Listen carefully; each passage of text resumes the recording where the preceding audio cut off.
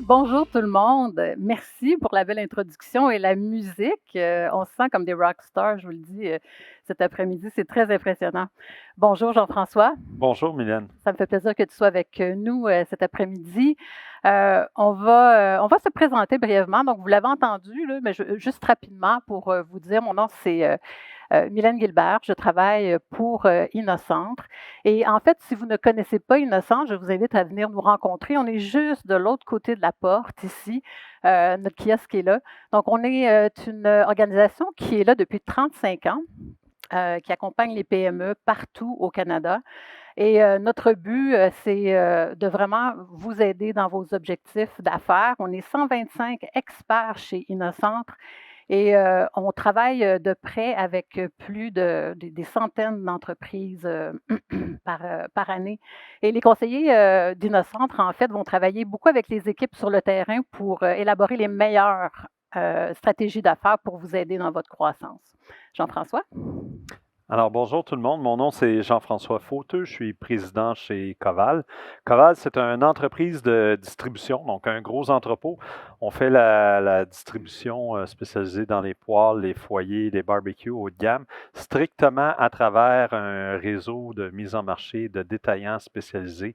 Donc, nos clients c'est un réseau d'à peu près 300 spécialistes en poêles, foyers ou en barbecue. On ne vend pas aux grandes surfaces, on ne vend pas direct, strictement aux détaillants. Merci Jean-François. On va discuter avec Jean-François dans quelques minutes, mais juste avant de commencer notre entrevue avec Jean-François, on va mettre la table un petit peu pour parler de l'expérience client. On entend beaucoup ça, l'expérience client, maintenant l'expérience client agile, et on va décortiquer le terme en fait. Donc, expérience client agile, on va commencer avec l'expérience client. Je suis certaine que beaucoup savent ce qu'est l'expérience, mais on va aller dans une petite définition pour mettre tout le monde à la même page. Donc, l'expérience client, en fait, c'est la perception que vos clients ont de la façon que vous les traitez. Donc, vos employés, l'expérience qu'ils ont quand ils viennent en boutique, en magasin ou dans votre entreprise, ça va forger un peu des idées, des souvenirs, des sensations, des sentiments, et ça va influencer comment ils se sentent à travers leur expérience. Donc, en d'autres termes, si vos clients vous aiment, et ils vont continuer à acheter de vous. Et s'ils continuent à acheter de vous et s'ils vous aiment, ben, ils vont vous référer des gens. Et si ce n'est pas le cas, ben, ça va être le contraire qui va se passer. Maintenant, l'agilité. L'agilité, il me semble qu'on entend beaucoup, beaucoup parler de ce temps-là, en fait, et on a vu que ça s'est beaucoup démocratisé. On entend l'organisation agile, l'agilité opérationnelle, on parle d'entreprise agile, de marketing agile, on parle même de l'expérience client agile. Mais d'où ça vient? Qu'est-ce que ça fait? Et pourquoi qu'on parle d'agilité et pourquoi cette agilité-là est devenue si populaire? Bien, juste un petit peu d'histoire avant de continuer. En fait, l'agilité, c'est né au début des années 2000, spécifiquement dans le domaine des technos, dans le domaine du développement logiciel. Euh, la méthode agile, en fait, met en opposition donc la méthode agile et la méthode traditionnelle dans le développement du logiciel. Donc, la méthode traditionnelle qu'on appelle waterfall, que vous avez peut-être entendu parler, ou en cascade. C'est une méthode qui était plutôt linéaire et séquentielle de développer du logiciel. Donc, pour illustrer un peu mes propos, imaginez-vous que vous êtes au début des années 2000, vous êtes dans une boîte de développement logiciel et on commence à développer un logiciel pour un client ou un groupe de clients. Alors, ce qu'on faisait à l'époque, c'est qu'on s'assoyait avec l'équipe, on développait le logiciel sur papier, étape par étape, très séquentiellement, très linéairement. Et ensuite, on avait les programmeurs qui allaient développer le logiciel.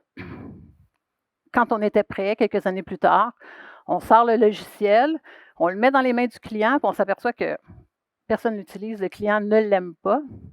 Et là, on s'aperçoit aussi qu'on vient de dépenser des millions de dollars et des millions probablement d'heures de travail aussi pour un produit que les clients n'utilisent pas et n'aiment pas. Est-ce que ça veut dire que notre logiciel est mauvais en tant que tel? Pas nécessairement. Ce qui s'est passé, c'est que notre client a changé à travers nous, le temps qu'on développait notre logiciel. Ses besoins ont changé aussi, ses attentes ont changé, l'environnement dans lequel il travaille a changé aussi. Donc, et nous, on ne l'a pas écouté.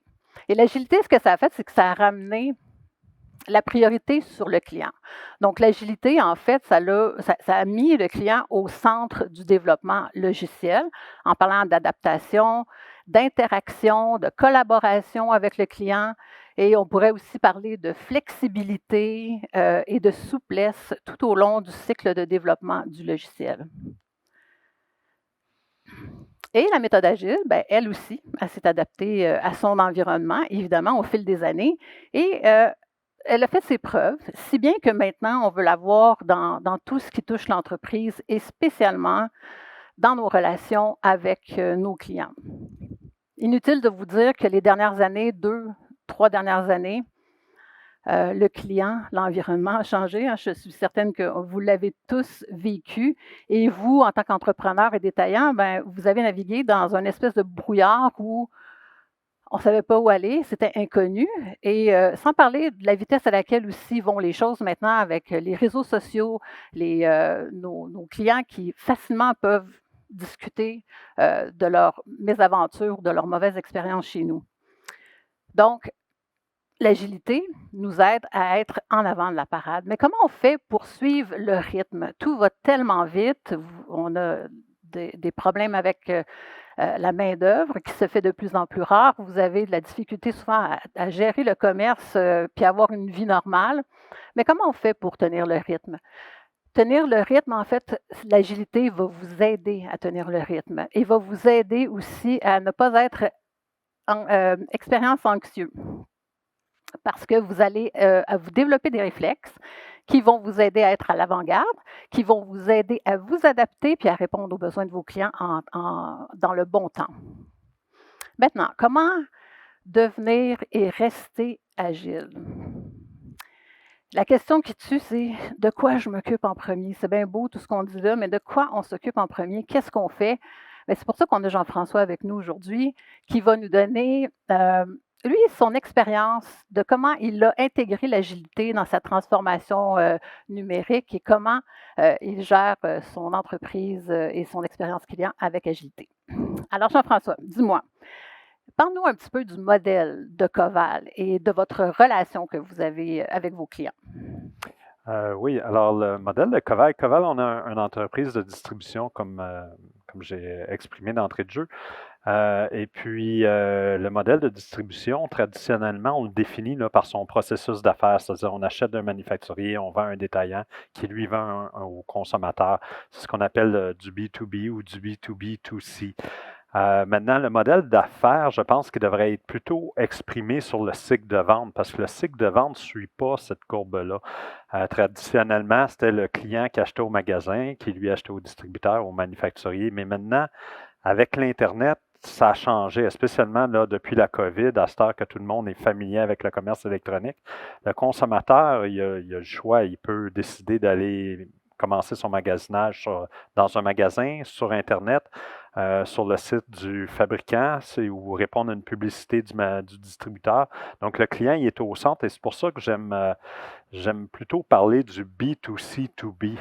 Peu importe qu'on soit manufacturier, distributeur, magasin, on a tous la responsabilité de s'engager envers le client pour l'amener à s'intéresser à nos produits puis en faire un consommateur. Puis on est partie prenante maintenant de ce cycle de vente-là. Et qu'est-ce qui a fait que chez Coval, vous vous êtes dit, OK, on doit revoir nos façons de faire les affaires? C'est une très bonne question. On a commencé à faire notre transformation numérique avant de savoir que c'était de la transformation numérique. Notre besoin de changement, il date de mon arrivée lorsque j'ai rejoint la compagnie familiale il y a 20 ans. La personne que vous voyez à l'image, c'est mon père, Denis Fauteux. Donc, c'est lui qui a bâti la compagnie. Il l'a bâti de A à Z. Il a monté les murs, il connaît les scratchs, il sait où est-ce qu'il manque de peinture. Fait que moi, quand je suis arrivé dans l'entreprise, il connaissait par cœur son entreprise. Il connaissait tous les processus parce qu'il était dans sa tête. C'est lui qui les a montés.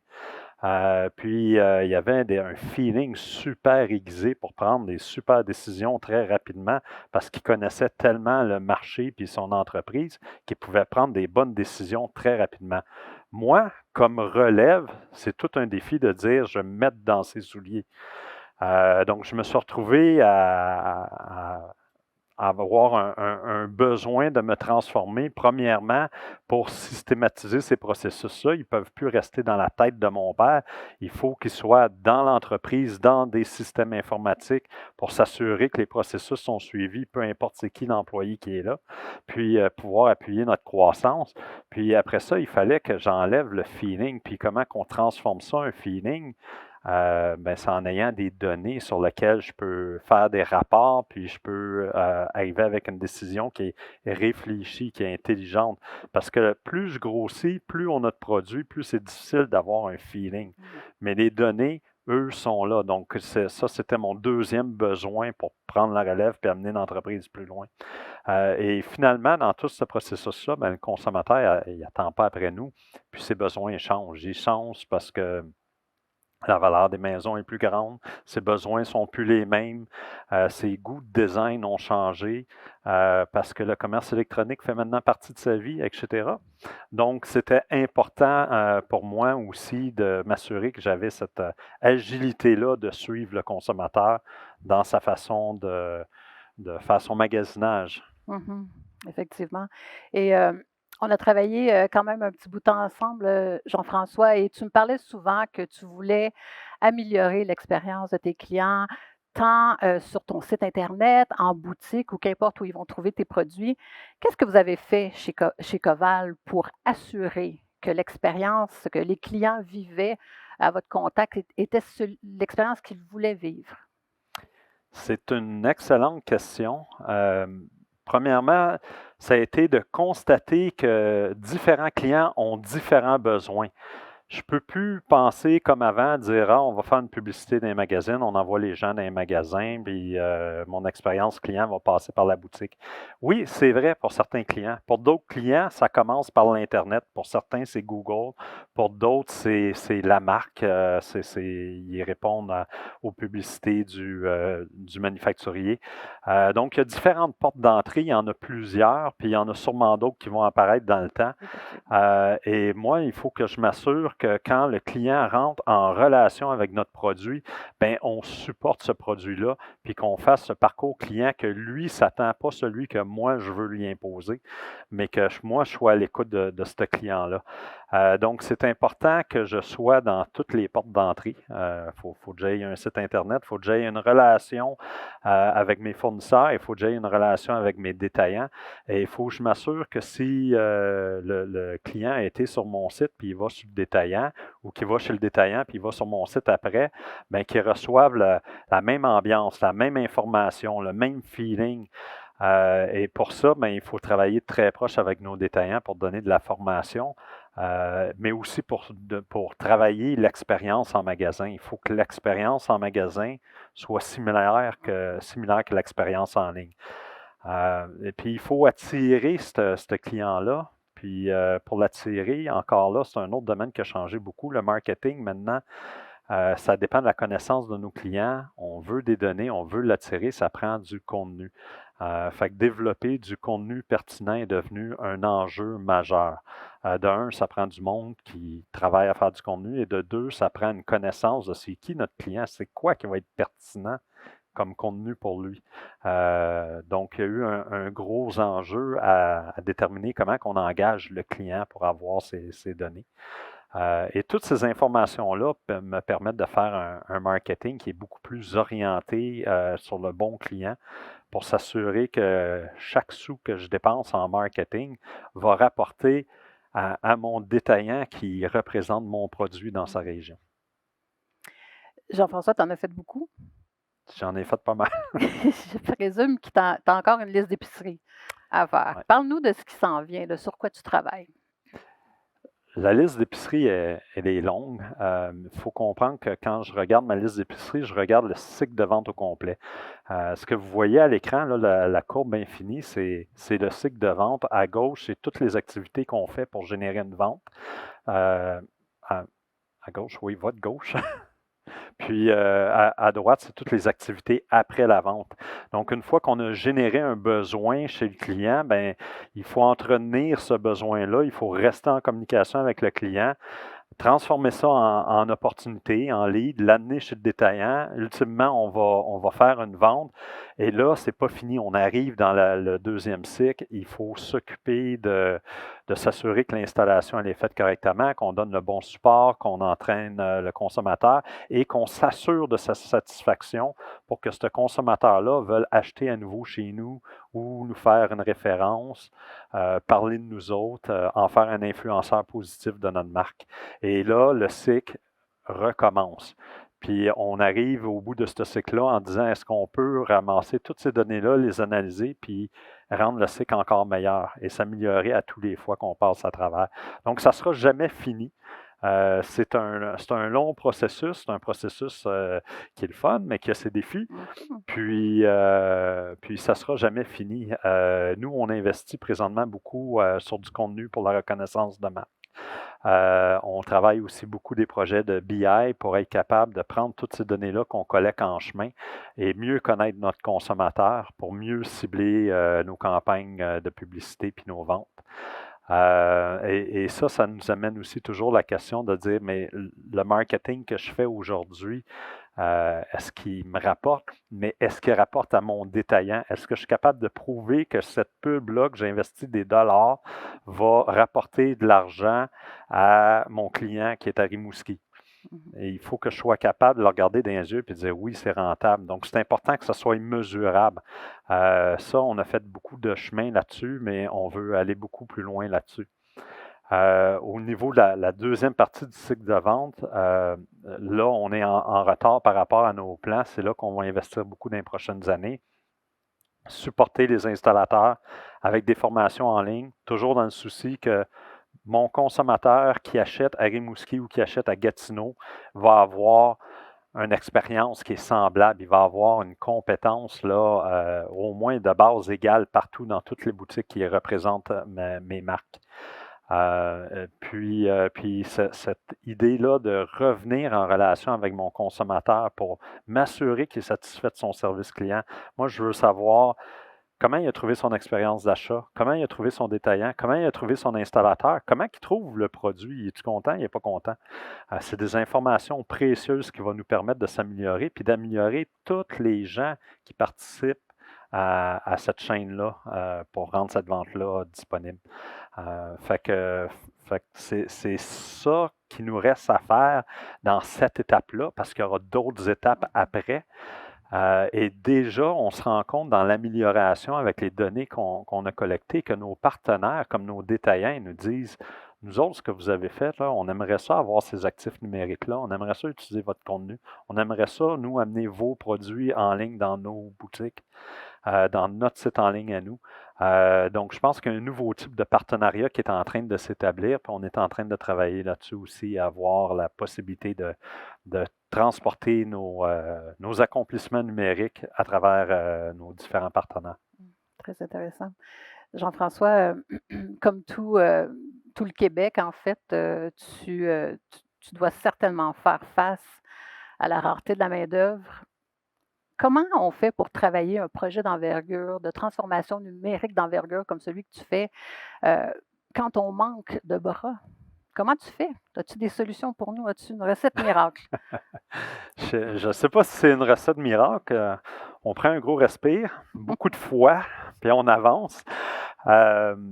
Premièrement, le premier défi de main-d'œuvre commence par la rétention de la main-d'œuvre. Il faut chérir les employés. Tantôt, on parlait de l'expérience client. Nos employés, c'est nos premiers clients. Nos fournisseurs sont des clients, nos partenaires sont des clients. Donc, la rétention de la main-d'œuvre actuelle est super importante. C'est déjà assez dur d'en trouver des nouveaux. Je ne veux pas perdre ceux que j'ai. Ce qui m'oblige à m'adapter aux besoins des employés. Je ne crois pas que la pénurie de main-d'œuvre va être finie l'an prochain, ni dans 5 ans, puis probablement pas dans 10 non plus. Donc, ça va rester très difficile d'embaucher des gens Fait que, il faut comprendre qu'il se passe différentes choses dans la vie de nos employés, puis leurs besoins sont différents. Donc, on apprend à devenir une entreprise qui est beaucoup plus flexible, qui va donner des permissions, des horaires variables, du télétravail, qui vont investir dans le bureau comme étant un milieu de vie et non pas un bureau. Pour que les employés aient le goût de rentrer au bureau. Ça aide à la rétention d'employés, ça aide aussi à l'embauche. Et il faut s'adapter, mais sans mettre de côté nos valeurs, notre ADN. On est une PME, on a à peine un peu plus qu'une vingtaine d'employés. La force d'une PME, c'est d'être familial, c'est d'être proche de nos employés, c'est d'avoir une filiation très proche, ce qui est très dur à faire quand tout le monde est en télétravail. Donc, il faut penser à ça et mettre quand même des cadres dans chacune des flexibilités. Être flexible ne veut pas dire faire n'importe quoi à chaque fois qu'on nous le demande. Ça prend un cadre, mais être à l'écoute. Investir dans la technologie, on n'a pas le choix. Il faut trouver des façons avec la technologie d'en faire plus avec les employés qu'on a. C'est la seule façon qu'on va pouvoir assurer de façon pérenne une croissance.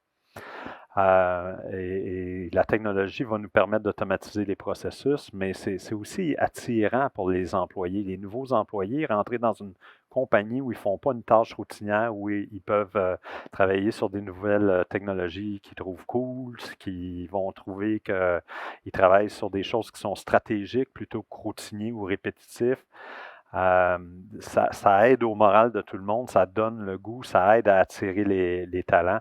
Puis c'est d'autant plus important que pour nous qu'un des plus grands défis de la PME, selon moi, c'est les solutions technologiques, là, on les connaît. Ici, il doit y avoir 28 personnes dans des kiosques qui ont des technologies à vous vendre. Mais la plupart des technologies ont été développées pour les besoins de la grande entreprise, puis c'est difficile pour nous autres, les PME, de se payer ces technologies-là. Et notre grand défi, c'est d'adapter les grands concepts des grandes solutions d'entreprise qui sont les meilleures pratiques. On sait, c'est ça qu'il faut faire et trouver une façon de le faire à petite échelle dans notre PME. Je suis certaine, Jean-François, que tu as déjà dépensé et investi beaucoup dans cette transformation numérique-là. Est-ce que ça vaut la peine? Est-ce que ça vaut le coup de faire tout ça pour toi? Ça vaut absolument le coup. C'est difficile de calculer le retour sur investissement. Quand on s'est lancé là-dedans, on ne savait pas exactement jusqu'à combien on investirait puis dans quoi qu'on s'en allait. Quand on a commencé à travailler ensemble, Mylène, c'était particulièrement pour notre commerce électronique. Puis aujourd'hui, je peux vous dire qu'on notre retour sur investissement, ce n'est pas les ventes en ligne, ce n'est pas combien j'ai vendu. Notre retour sur investissement, c'est toutes les retombées secondaires de ce qu'on a fait dans ce parcours-là de transformation numérique. Parce qu'on a une entreprise maintenant qui a bien entamé sa transformation numérique puis qui est moderne, bien, on a un meilleur engagement de nos clients, on a un meilleur engagement des détaillants, on a un meilleur engagement des employés. Parce qu'on a automatisé, on a moins d'erreurs. On a des clients, des consommateurs qui sont plus autonomes pour faire un appel de service, pour faire leurs commandes en ligne, leurs soumissions, etc. Donc, plus autonome, moins d'erreurs, plus de disponibilité et la possibilité aussi de personnaliser l'expérience client à travers les technologies. Ça amène de la fidélité de la part du consommateur ou du partenaire qui préfère travailler avec vos outils qu'il s'est approprié parce que c'est personnalisé à ses besoins. Et tout ça nous permet éventuellement d'arriver à faire plus de transactions avec le même nombre d'employés. On parlait de pénurie de main-d'œuvre. En voilà un autre avantage, un autre retour sur investissement. Et le genre de rapports et de projets de business intelligence là, pour analyser les retombées de tout ça nous amène à mieux cibler nos activités. On le sait, il y a de la pénurie de main-d'œuvre, il y a plus d'opportunités de projets qu'on peut en faire. C'est important de cibler le 20% qui ont 80% de résultats. Maintenant qu'on a ces technologies-là en place, on est beaucoup plus efficace pour le faire. Puis je pense que notre prochaine étape de rester en contact après la vente avec les consommateurs va nous amener encore plus loin là-dedans. Donc, les retombées sont nombreuses. Et ce qui est important de retenir, c'est que c'est tous les départements qui en bénéficient. Ce n'est pas tant combien de ventes en ligne ça leur a apporté à la compagnie. C'est tous ces avantages-là qui découlent du projet qu'on a fait, qui fait que c'est super rentable. Puis aujourd'hui, je ne pourrais pas revenir en arrière. Merci Jean-François. Juste pour faire... c'est vraiment inspirant ce que tu nous dis, puis je suis certaine que tout le monde ici dans l'auditoire là, a vraiment capturé des points importants. Je veux juste faire un petit peu de pouce sur ce que tu mentionnais, les retours sur investissement, quand tu as revisité tes processus et tes façons de faire. Je vais vous présenter quelques statistiques, en fait, qui démontrent qu'on bénéficie tous, et les détaillants et les entrepreneurs particulièrement, d'être agiles et de s'adapter à leur marché. Plusieurs études le démontrent. Quand on compare les employés, les organisations, en fait, qui ont une stratégie d'expérience client agile versus ceux qui n'en ont pas, bien, ceux qui en ont vont avoir une satisfaction de la clientèle deux fois supérieure aux autres. La rétention de clients, 3,6 fois supérieure. Marge de profit, et c'est non négligeable, 80% supérieure d'année en année. Et le revenu, la croissance du revenu annuel, 48% supérieure.